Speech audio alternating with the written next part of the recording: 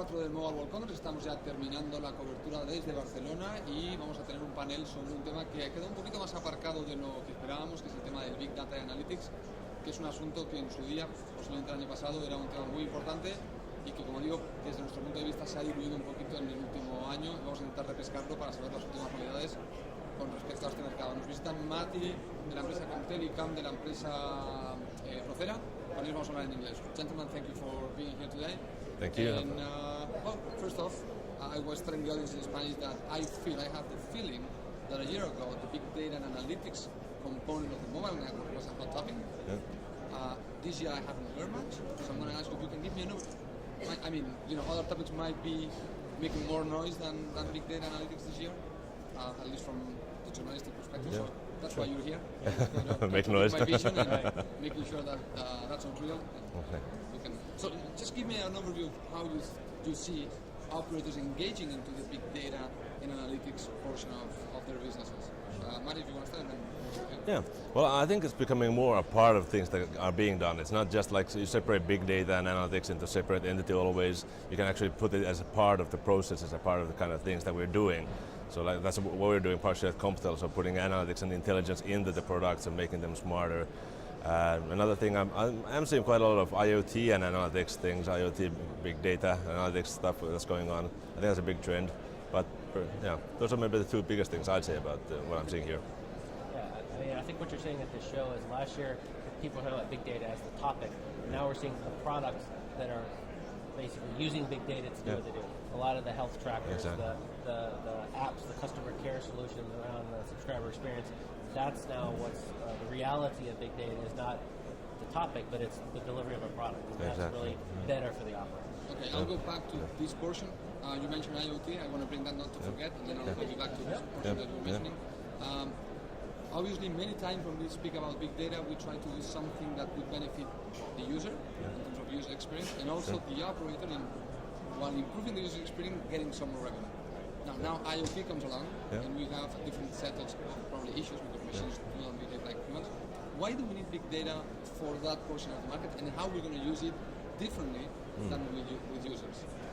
Well, I think one of the big things is that they're going to be, well, there already are billions of devices. The amount of devices is going to grow.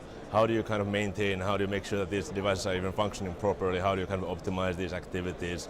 So there's going to be a huge amount of data. It's really big data applications. So things like proactive or predictive maintenance, using predictive analytics and big data to predict which devices will fail, being able to monitor all of these devices more effectively, and then also kind of end user applications. So when you have your health trackers, when you put some intelligence into them, it's not just getting the data, but actually having like smart alarms on what might be happening. If something's out of the ordinary in your data feeds, maybe it's time to notify the person themselves or the doctor, or putting intelligence into these products. As you also said, there's intelligence in the products as well. Yeah, when you look at kind of the risk from a network operator perspective for the IoT, you can have a lot of scenarios where if you don't have the right data in, you can have these problems on your network that you don't understand. A good example is we had a customer, a mobile customer, where a particular brand of devices, every device at the exact same time of the day was calling back, phoning home.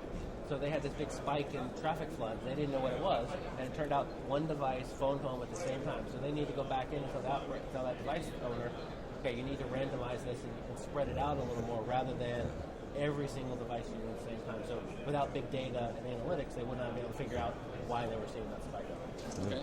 Now, when we talk to big data, one of the issues that is always mentioned, and usually Comptel has been very specific in terms of the use cases of big data, but traditionally one of the complaints from operators or even from any organization with big data is, okay, I collect the data, I have this data, and sometimes I don't even know what to do with it.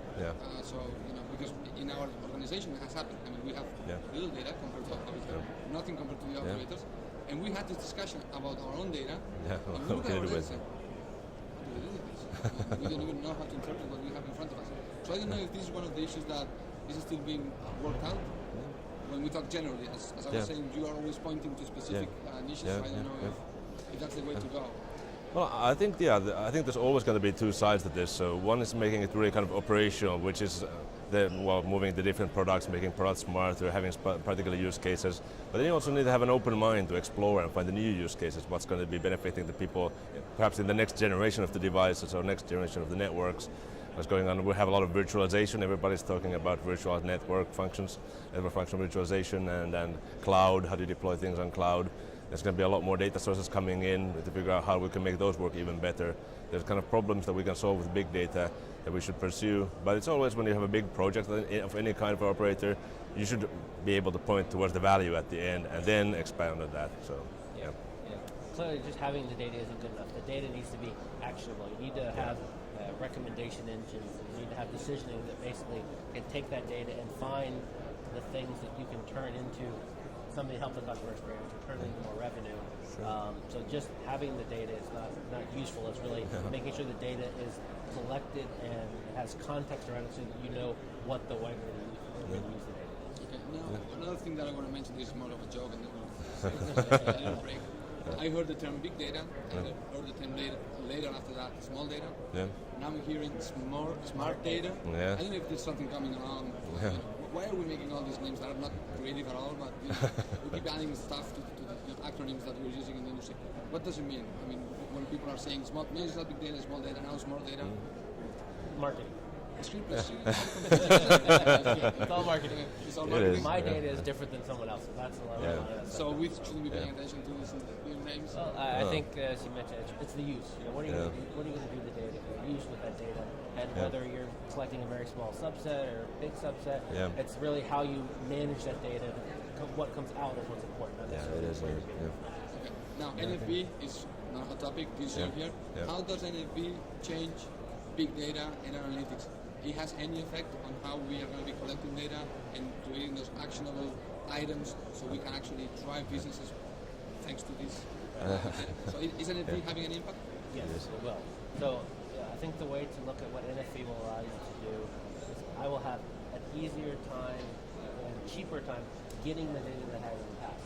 So in the past you put these custom built personal probes out in the network, and I had to buy from one vendor and I had to buy from another vendor. Sure. With NFV, I can buy servers, put them in the strategic points of my network, and whatever information, whatever probe, whatever software, whatever collection agent, I can put that there, and when I want to move it somewhere else, I just move the software. So it's now a completely portable, hardware-independent environment, so I have more access to data than I did when I had to put 5 probes in one location rather than just one piece of hardware. That's one thing. And another aspect perhaps, and going back to your previous joke there, when we talk about fast data, so in a way, with NFV, I had to give you that one. Very good, good value.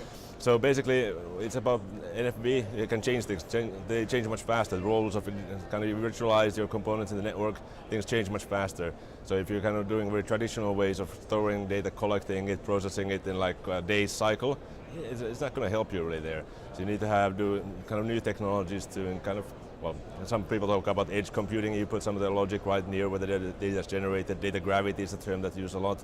So the data that's being generated, you need to act upon it even faster because, well, it's a dynamic environment. You don't necessarily know what is this server going to be doing in the next 5 seconds. So you need to be able to be very dynamic in your big data analytics as well.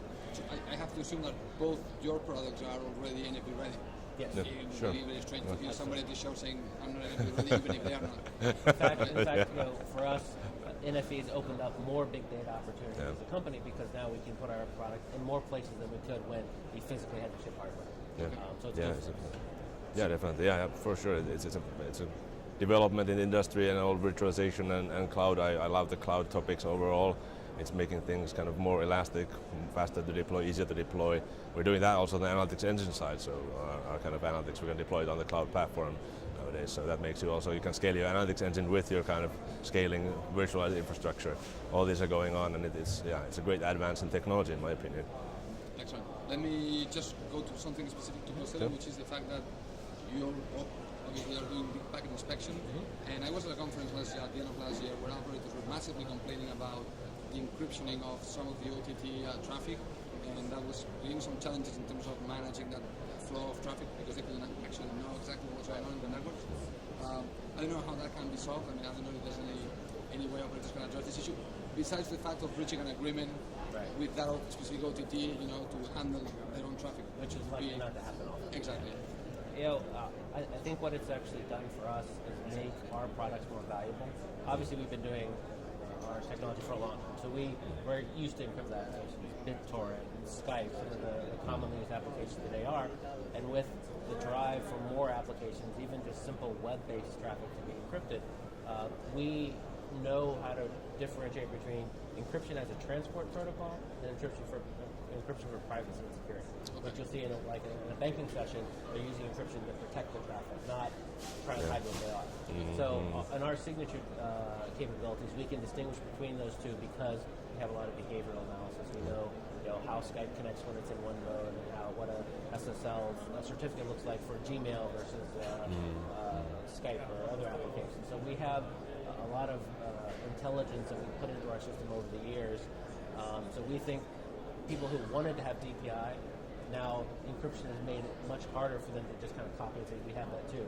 Because if their DPI says that 80% of the traffic is encrypted, that's all the level of detail they can provide. That's not yeah.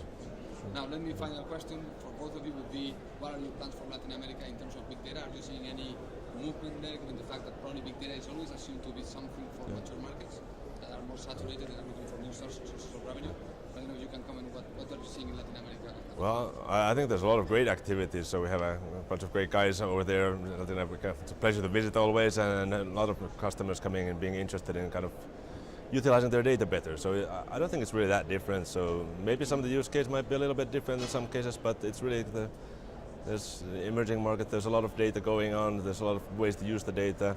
I think it's definitely, yeah, and some of the same use cases, many of the same use cases apply.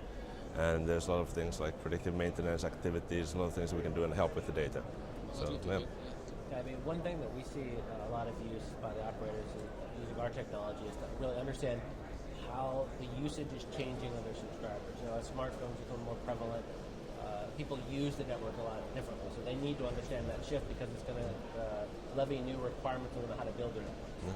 And specifically in Latin America, we see a lot of innovation in the prepaid area where it's not just buy a prepaid card or a phone and you get the 1 gigabyte or 5 gigabytes of data, but okay, this is a Facebook only card, so it's cheaper because I know that's all you can do. So we're going to see a lot of innovation of if they understand how the consumers are actually using that broadband, they can target them more effectively to make and monetize that. But yet, if I'm a person, all I care about is Facebook and Google Maps, then that needs to be my plan, and it should be cheaper for the operator than someone who wants to buy streaming video.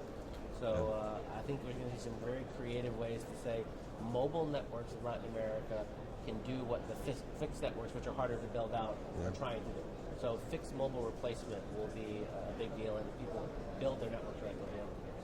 Excellent. Okay, I have good news for you now, that we only have 3 hours left with this show. Yes. Enjoy the rest of the 3 hours. Thank you very much. Thanks for having us.